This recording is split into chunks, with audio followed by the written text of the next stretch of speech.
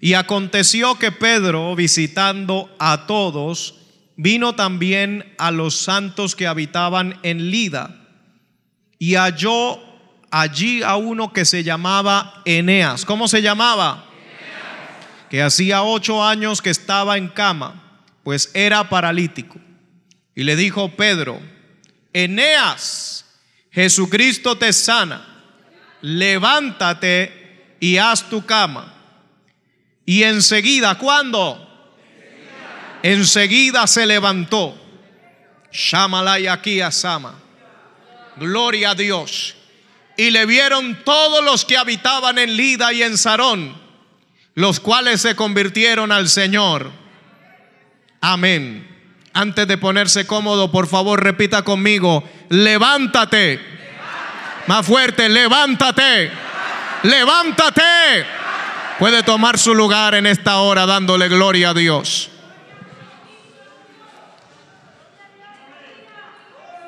Glorificado es el nombre del Señor. Glorificado es el nombre del Señor. En esta tarde quiero compartir la palabra del Señor, titulando este mensaje: levántate. Levántate.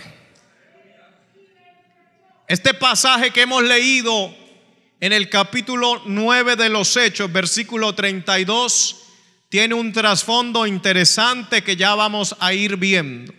Sin embargo, una de las cosas que más me sorprende en este capítulo es la seguridad con la cual Dios opera a través de un apóstol llamado Pedro, uno de los 12 llamados por Jesús.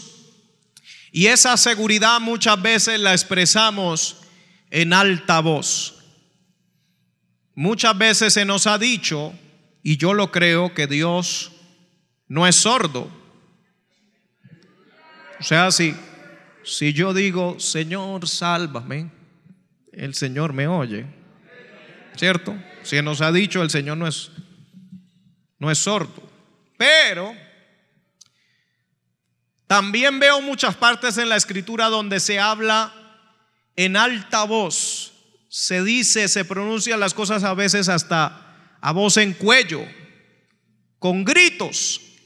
Y yo a veces me pregunto, si Dios no es sordo y oye, si yo le digo: Jesús, sálvame, ¿por qué en algunas oportunidades en la Escritura vemos algo clave en el levantar la voz y en el hablar de una forma en la cual todos los demás oigan lo que yo estoy diciendo? Y la clave de esto es que no necesariamente en la Escritura se levantó la voz porque el Señor no lo pudiera oír si lo decía más suave, sino que el levantar la voz más bien en muchas oportunidades muestra qué tan seguro estoy yo de lo que estoy diciendo. ¿Qué tanto miedo tengo de decirlo? ¿Qué tanta convicción hay en mí cuando estoy hablando? Entonces, ustedes han visto los casos de las familias cuando hay una reunión, cuando hay invitados en la casa, están comiendo y de repente llega el niño o la niña chiquita y se le acerca al padre de familia o a la tía y le habla al oído: dígale, cuéntele lo que pasó la semana pasada. ¿Sí les ha pasado? Y el padre le dice: pero ¿por qué no les dice usted? Dígales, cuénteles. Dice: no, dígale usted. ¿Se han visto eso en las casas? Que el niño se acerca a decirle al padre, que le cuente el padre a los demás que están en la mesa, y no lo quiere hacer él directamente. La razón es porque él está creciendo en su madurez y todavía no sabe si lo que cuente será bien recibido o no por los demás. Él sabe cómo lo recibe su papá o su familiar cercano, pero no sabe cómo lo van a recibir los invitados de la casa. Por eso prefiere decirle al padre de familia para que él luego lo cuente de una forma en la cual cause gracia a los invitados. Entonces desde ahí ya vemos que el hecho de que yo diga algo en baja voz o secreteando, aunque yo crea tener una convicción, de pronto esa convicción que digo tener no es tan fuerte como yo pensaba. Cuando yo estoy totalmente seguro de algo, soy capaz de pararme aquí, como cuando salimos a las calles y nos podemos parar en la calle y gritarle a la gente: Jesucristo los ama. ¿Por qué? ¿Por qué cree usted que estamos tan seguros de gritar eso y decir eso así? Porque hay una convicción por dentro de que Jesús los ama, y esa convicción es una fe que viene por el oír la palabra, que dice: de tal manera amó Dios al mundo que ha enviado a su Hijo unigénito para que todo aquel que en él cree no se pierda, mas tenga vida eterna. Entonces yo he leído esa palabra, he oído esa palabra, produce, genera en mí fe, convicción, y luego yo me paro con denuedo y grito: Jesucristo los ama, porque hay seguridad. Muchas veces el hablar en alta voz muestra la seguridad que yo creo que Dios puede hacer algo, pero muchas veces la situación es tan fuerte que yo ni siquiera caigo en cuenta de si voy a levantar o no la voz. Pero generalmente cuando es una situación grave, usted levanta la voz. O si no, preguntémosle a Pedro. Cuando Pedro dijo: si eres tú, manda que yo camine sobre las aguas, ¿cierto? El Señor le dijo: camine. ¿Qué hizo Pedro? Estaba en la barca y se bajó, y allá estaba el Señor, y comenzó a caminar. Pero de repente comenzó a mirar las olas y el viento, las circunstancias, todo lo adverso, y mirando eso se desenfocó de mirar al Señor. ¿Y qué comenzó a suceder ahí? Se empezó a hundir. ¿Y usted cree que Pedro dijo: maestro, sálvame que perezco? ¿O cómo cree que Pedro dijo: maestro? ¿O cómo se lo imagina usted? Maestro, sálvame que perezco. ¿A cuántos en alguna oportunidad han ido en carretera, en un carro, y de repente usted vio que la curva le ganó y se va? Algunos dicen: sangre de Cristo, Espíritu Santo, pero generalmente no dice Espíritu Santo, ¿cierto que no? Porque en ese momento hay una convicción en usted que tiene que clamar a Dios, y que Dios va a responder y lo va a salvar. Glorificado el Señor. Muchas veces utilizamos esto de hablar en público y que todos nos oigan como seguridad. Tanto así que los políticos, yo no sé si usted se acuerda la temporada última de las elecciones presidenciales que hubo. Antes de esas elecciones, usted se acuerda al final de la temporada en la cual hacen campaña política, cómo hablaban todos los políticos. Todos los que se lanzaron a presidencia, cuando los entrevistaban a lo último, hablaban así: muy buenas noches. ¿Por qué? Se arruinaron la garganta, porque cuando salían a las plazas, a los parques, a dar su discurso, ustedes saben cómo hablan los políticos en época de campaña electoral, ¿cierto? Colombianos, damas y caballeros, nuestro programa, y comienzan a hablar así. Y quieren mostrar que vamos a hacer algo por la nación colombiana. Usted lo ha oído. Y ellos no están acostumbrados al ritmo que manejan los predicadores, y con un mes quedan sin garganta. Y usted podía escuchar casi a todos los candidatos desgargantados. Y usted se pregunta por qué ellos querían proyectar en Colombia que ellos estaban seguros, que iba a haber empleo para la nación, que iba a haber inversión en el campo, que vamos a ponerle atención a la seguridad de los campesinos y las tribus indígenas y las negritudes colombianas. Eso ellos lo proyectan con su voz. Ahora la pregunta que le quiero hacer a usted y que me hago yo es por qué muchas veces nosotros, cuando se trata de algo milagroso, sobrenatural, preferimos hacerlo así.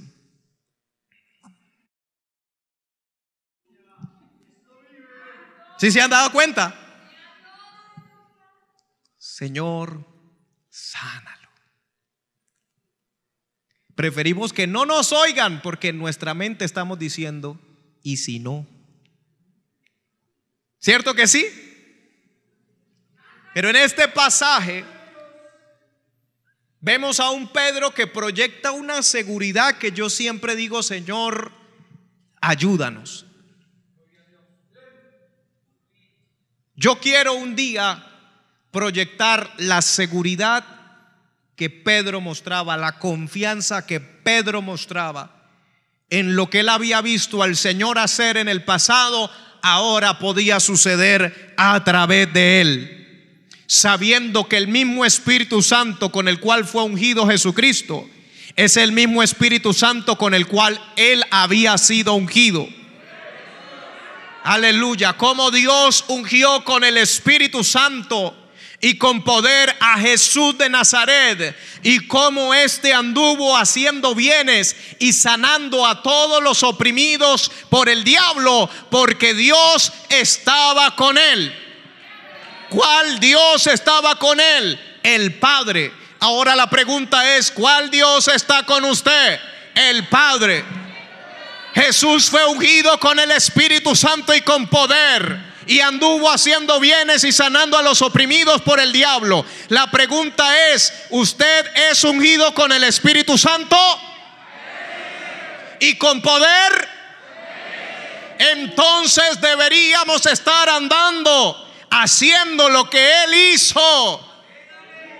No solamente lo que Él hizo, sino que Él dijo, aún mayores cosas harán. Aleluya. ¿Cuántos alaban a Dios? Algunos me están mirando así. Aleluya. Yo quiero que usted se meta en esta predicación y me ayude a predicar. Glorificado es el nombre del Señor. Una de las cosas que me llama la atención de este pasaje, Hechos capítulo 9 versículo 32, es que yo estuve leyendo y en la versión 1960 inicia diciendo, aconteció que Pedro. Pero luego me fui a la versión King James, que es en inglés, y antes de decir aconteció que Pedro, ponen un y. Y aconteció que Pedro.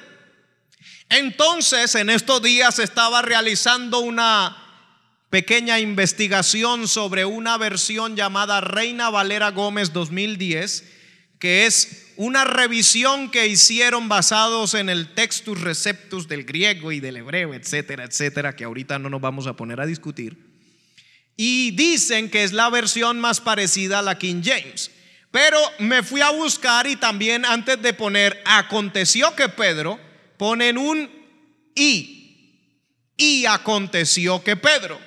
Entonces yo dije, ok, si yo le pongo un y, tengo que estar conectando con algo que pasó atrás.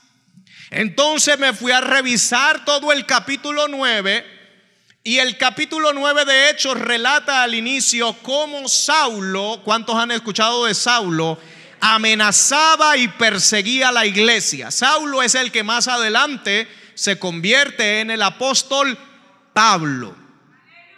Era perseguidor, encarcelador y maltratador de los creyentes. Eso aparece en el capítulo 9. Luego ahí mismo en el capítulo 9 dice que Saulo tuvo un encuentro personal con Jesucristo, que la Biblia relata que él iba camino a Damasco con cartas que le habían entregado. El propósito de él era ir a perseguir, encarcelar más cristianos. Y en su camino a Damasco se le aparece una luz resplandeciente, la gloria del Dios Todopoderoso, más resplandeciente que la luz del sol. Y era el mediodía. O sea, ya había luz, ya había iluminación, y de repente él va hacia Damasco. Yo personalmente creo que él iba a caballo y cae del caballo por el encuentro que él tiene con esa luz resplandeciente, y oye una voz que le dice: Saulo, Saulo, ¿por qué me persigues? Dura cosa te es dar coces contra el aguijón, dura cosa te es dar patadas contra las espuelas. Lenguaje de caballos usa en ese momento. Y en ese mismo capítulo aparece luego: Saulo queda ciego durante 3 días. Un hombre llamado Ananías, discípulo, va y ora por él, recobra la vista. Luego aparece Saulo predicando en Damasco. Luego los judíos tratan de matarle y él escapa en una canasta por una pared, por una muralla. Luego aparece Saulo, el perseguidor de la iglesia, que ahora se había convertido a Jesucristo, tratando de juntarse con los hermanos en Jerusalén, y nadie se le quería acercar porque él era el que perseguía a la iglesia y ahora supuestamente es que cristiano. Eso es como que un asesino terrible que persigue la iglesia mañana aparezca aquí en la iglesia de la Concordia: ay, tuve un encuentro con el Señor, me he convertido y ahora quiero venir a congregarme aquí en la Concordia. Bienvenido a la casa del Señor. Y cuando se acaba el servicio, nadie quiere comerse una empanada con él en las actividades, ¿verdad? Porque todavía no sabemos si es verdad o no es verdad. Bueno, eso fue lo que pasó con Saulo. Luego la Biblia dice que como no había mucha afinidad, dice que los hermanos lo ayudaron a encaminarse para que se fuera a su lugar natal, primero a Cesarea y regresara a Tarso, su lugar natal. Como quien dice: hermano, vaya y siga creciendo espiritualmente allá de donde usted es. Glorificado es el Señor. Todo eso había sucedido, y ahí es cuando encontramos en Hechos 9:31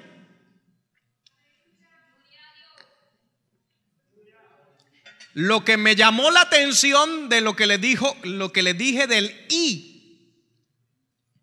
Hechos 9:31 dice: entonces las iglesias tenían paz por toda Judea, Galilea y Samaria, y eran edificadas andando en el temor del Señor, y se acrecentaban fortalecidas por el Espíritu Santo. ¿Cuándo es esto? Aquí dice entonces. Quiere decir cuando Pablo ya no es perseguidor de la iglesia, cuando Pablo ahora se hace seguidor de Cristo, entonces ellos lo devuelven a su lugar, y ahí la iglesia tenía paz por toda Judea, Galilea y Samaria. Y ahí, que ya Pablo no está molestando, eran edificadas andando en el temor del Señor, y se acrecentaban fortalecidas por el Espíritu Santo. Versículo 32: y aconteció que Pedro, ahora sí me entiende por dónde voy. Dice: y aconteció que Pedro, visitando a todos. Ojo aquí, parece que Pedro no había podido visitar igual. O sea, en el momento que Pablo deja de molestar, que Pablo cuando eso se llamaba era Saulo y era perseguidor, cuando él deja de amenazar, de perseguir, entonces dice: y aconteció que Pedro, visitando a todos, vino también a los santos que habitaban en Lida. Esta ciudad o este lugar llamado Lida, usted lo encuentra en Primera de Crónicas, capítulo 8, versículo 12, donde dice que un benjamita llamado Semed edificó la ciudad de Lod, L-O-D. Esto es en hebreo. En griego, esa ciudad Lod se dice Lida. Entonces estamos hablando del mismo lugar. Lida en griego significa contienda. Entonces Pedro, visitando a todos, vino también a los santos que habitaban en un lugar llamado contienda, un lugar llamado Lida. Lida estaba ubicada a 17 kilómetros de Jaffa, o lo que en esa época era Jope, y a 50 kilómetros aproximadamente de Jerusalén. Glorificado es el nombre del Señor. En el versículo 12 de Hechos de Crónicas, primera de Crónicas 8:12 dice: y los hijos del Baal, Eber, Misam y Semed, el cual edificó Ono y Lod con sus aldeas. Eso está en el Antiguo Testamento. Ahora vemos al apóstol Pedro. No se me confundan. Pablo antes se llamaba Saulo y era perseguidor de la iglesia, y Pedro, uno de los 12, que ahora, cuando ya deja de molestar Saulo, puede visitar a todos. Llega a Lida, la ciudad llamada Contienda, que estaba ubicada a unos 50 kilómetros aproximadamente de Jerusalén, y allí entre los santos halló a un hombre llamado Eneas. Diga Eneas. ¿Cómo? Eneas. Eneas significa el que inspira temor, alabado o glorioso. Eso es lo que significa Eneas. El que inspira temor, alabado o glorioso. Pero aquí dice que cuando él llegó a Lida, la ciudad de la contienda, se encontró a Eneas, el glorioso, el que inspira temor, que hacía 8 años estaba en cama. Esto me lleva a pensar cuántas personas que tienen nombre de que inspiran temor, glorioso, alabado, están postrados en cama. Y esto lo podemos llevar a nuestra vida espiritual. Yo no sé si aquí se encuentra una persona, incluso de entre los santos. Cuando la Biblia se refiere a los santos, se refiere a los creyentes, a los seguidores de Jesús. Visitan a los santos en Lida, y allí encuentran a un Eneas que tiene nombre de una cosa, pero refleja otra cosa. Personas que tienen nombre glorioso, alabado, que inspira temor, pero cuando los miras están postrados en cama. Esto representa imposibilidad. Esto representa estar quieto sin poder hacer mucho. Y dice que tenía 8 años en cama. ¿Cuánto es lo normal que usted esté en cama? 8 horas. Y luego esté de pie durante el día y luego otra vez 8 horas. Pero ¿cuánto tenía él en cama? 8 años. Esto representa que no era normal. Y aquí hay personas que saben cuando algo no es normal. Hermano, yo sé que mi vida no es normal. Hermano, yo sé que esta situación no es normal. Yo sé que esto por lo que estoy atravesando no es normal. Hacía 8 años estaba en cama, pues era paralítico. ¿Cuál era la razón por la cual estaba en cama? Tenía una enfermedad. Pregunto, ¿hay alguna enfermedad que te tiene paralítico? ¿Hay alguna enfermedad que no te ha dejado levantar de la postración en la que te encuentras? ¿Hay cosas que antes hacías que ya no puedes hacer más?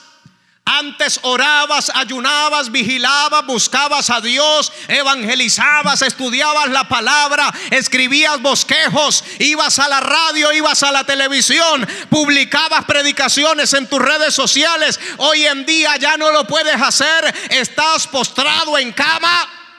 ¿Cuántos años tienes en cama? ¿Cuánto tiempo esa enfermedad te tiene paralizado?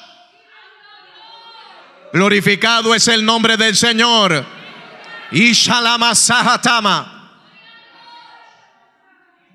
Estaba en cama porque era paralítico. Y le dijo Pedro: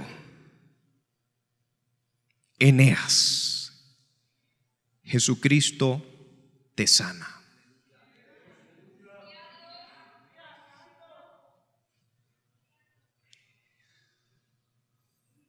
Jesucristo te sana. Jesucristo te sana. Repitan conmigo: Eneas, Jesucristo te sana.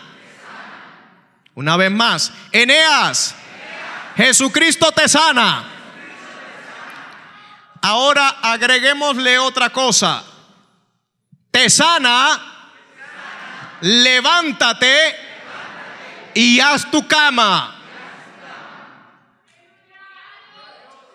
Glorificado es el nombre del Señor. Te sana, pero luego le dice: levántate. ¿Cómo se llama el mensaje en esta tarde? El Señor sana, pero tú te tienes que levantar. El Señor te toca, pero tú te tienes que levantar. El Señor va a obrar, pero tú te tienes que levantar. El Señor va a meter su mano, va a obrar lo milagroso, pero tú te tienes que levantar.